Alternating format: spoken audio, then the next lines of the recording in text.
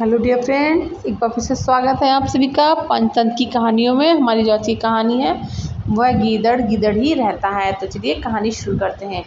जंगल की एक गुफा में शेर शेरनी का एक जोड़ा रहता था। उनके दो बच्चे थे।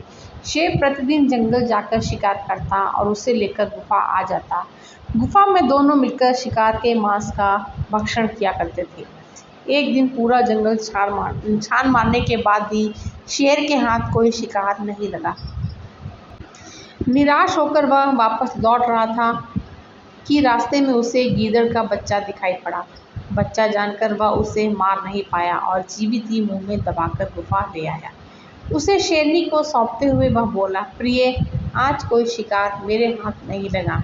वापस लौटते हुए ये गीदड़ का बच्चा दिखाई दिया तो मैं इसे उठा ले आया। मैं तो इस बच्चे को दयावश खा नहीं पाया। यदि तुम चाहो तो इसे खाकर अपनी भूख मिटा लो। शेरनी बोली, जिसे तुम बच्चा जानकर तुम मार नहीं पाए उसे मैं कैसे मार सकती हूँ। इस निरीह बच्चे को देखकर मेरा हृदय भी ममता से भर उठा है। आज से यह मेरी तीसरी संतान है।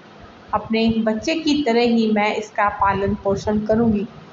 उस दिन के बाद से गीदड़ का बच्चा शेर शेरनी की गुफा में ही पलने लगा। शेरनी उसे अपना दूध पिलाती और अपने बच्चे की तरह देखभाल करती।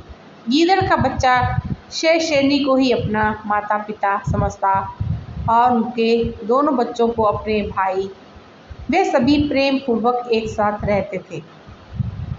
समय बीतने लगा और शेर शेरनी के बच्चे बड़े होने लगे। एक दिन वे तीनों जंगल में खेल रहे थे कि एक मदमस्त हाथी आ गया। हाथी को देखते ही शेर के दोनों बच्चे गुर्राते हुए उसकी ओर लपके, किंतु गीदड़ का बच्चा डर गया।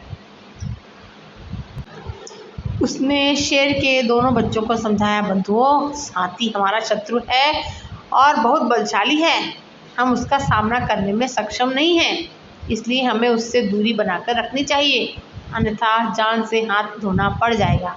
आओ भाग चलें।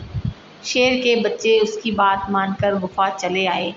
वहाँ उन्होंने शेरनी को जंगल की घटना के बारे में बताया कि कैसे हाथी को देखकर गीदड़ का बच्चा डर गया और कायरता दिखाते हुए हम दोनों को भी भगाने को विवश कर दिया।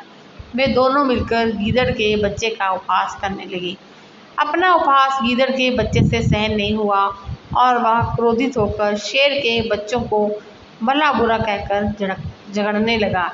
शेरनी पीठ बचाव करते हुए गीदड़ के बच्चे को समझाने लगी, ये दोनों तेरे बंधु हैं, इनकी बातों का बुरा मत मान और झगड़ा बंद कर प्रेम से रह।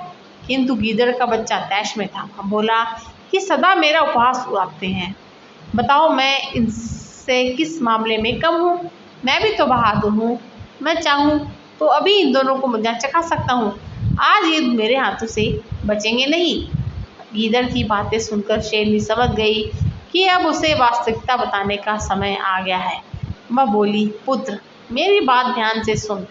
तुम बहादुरों में किसी से कम नहीं हो, किंतु जिस कुल में तुम जन्मे हो वहाँ हाथी से शत्रुता मोल नहीं ली जाती। वास्तव में तुम एक गीदड़ हो। मैंने तुम्हें अपना दूध पिलाकर अपने बच्चे की तरह पाला है, लेकिन गीदड़ होने के कारण तुम में गीदड़ के ही गुण हैं। अब तुम्हारा भला इसी में है कि तुम अपने कुल में जाकर मिल जाओ। यदि यह बात तुम्हारे दोनों भाइयों को पता चल गई तो तुम बेवजह ही मारे जाओगे। शेरनी की बात सुनकर गीदड़ वहाँ से भाग खड़ा हुआ और गीदड़ों के दल में जाकर मिल गया। तो फ्रेंड्स, ये थी हमारी आज की कहानी। हमारी कहानी आपको कैसी लगी कमेंट में बताइएगा और मिलते हैं एक नए वीडियो में नई कहानी के साथ। कहानी सुनने के लिए आप सभी का बहुत बहुत शुक्रिया।